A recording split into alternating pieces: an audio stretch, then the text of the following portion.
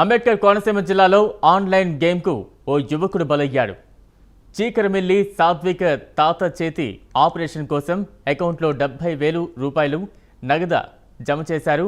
సోమవారం మృతుడి తాత చీకరమిల్లి సుబ్బారావు నగదు ఆసుపత్రిలో చెల్లించాలి. కాగా ఇంతలో సాత్విక్ క్యాసినో గేమ్ ఆడి మొత్తం నగదు క్షణాల్లో ఆవిరి చేశాడు. దీంతో దిక్కుతోచని స్థితిలో ఇంట్లో ఎవరూ లేని సమయంలో సీలింగ్ ఫ్యాన్కు చీరతో ఉరివేసుకుని ఆత్మహత్యకు పాల్పడ్డాడు. విషయం తెలుసుకున్న కుటుంబ సభ్యులు దిగ్భ్రాంతికి లోనయ్యారు. ఇలాంటి ఘటన మరెక్కడా జరగకూడదని, దీనిపై కేంద్ర రాష్ట్ర ప్రభుత్వాలు తగు చర్యలు తీసుకోవాలని బాధిత కుటుంబ సభ్యులు కోరుతున్నారు.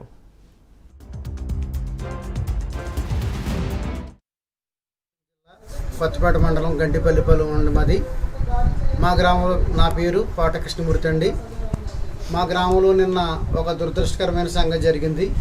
ఆన్లైన్ మోసాలకు ఒక అబ్బాయి బలైపోయాడు. 19 సంవత్సరాలు సాత్విక్ అనే అబ్బాయి, చీకరమిల్లి సాత్విక్ అనే అబ్బాయి.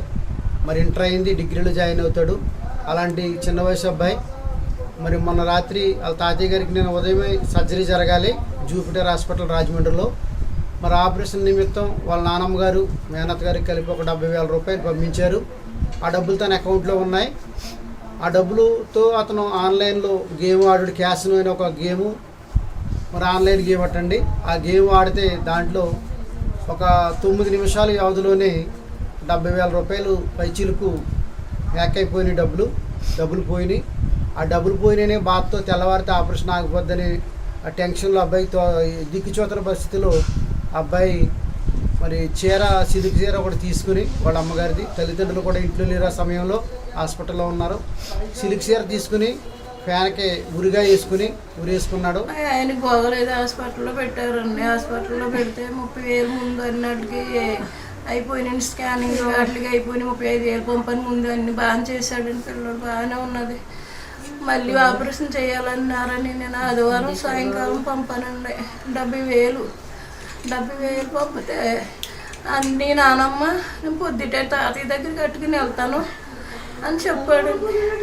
పొద్దుట వెళ్తానన్న వాడికి మరి పొద్దున్న తెల్లారినప్పటికి ఎలాగైపోయాడని, ఆ డబ్బులు ఎదురుగాడు ఏమైపోయినాయి తెలియదని మా ఊరు వేసుకుని ఎలాగైపోయాడని కవర్ వచ్చింది. వెంటనే బయలుదేరి వచ్చేసామండి.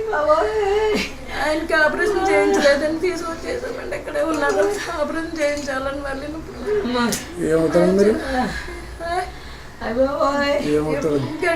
నేను నానమ్మనండి పిల్లవాడికి. జ్యోతి అండి, మాది అమ్మపురం దగ్గర.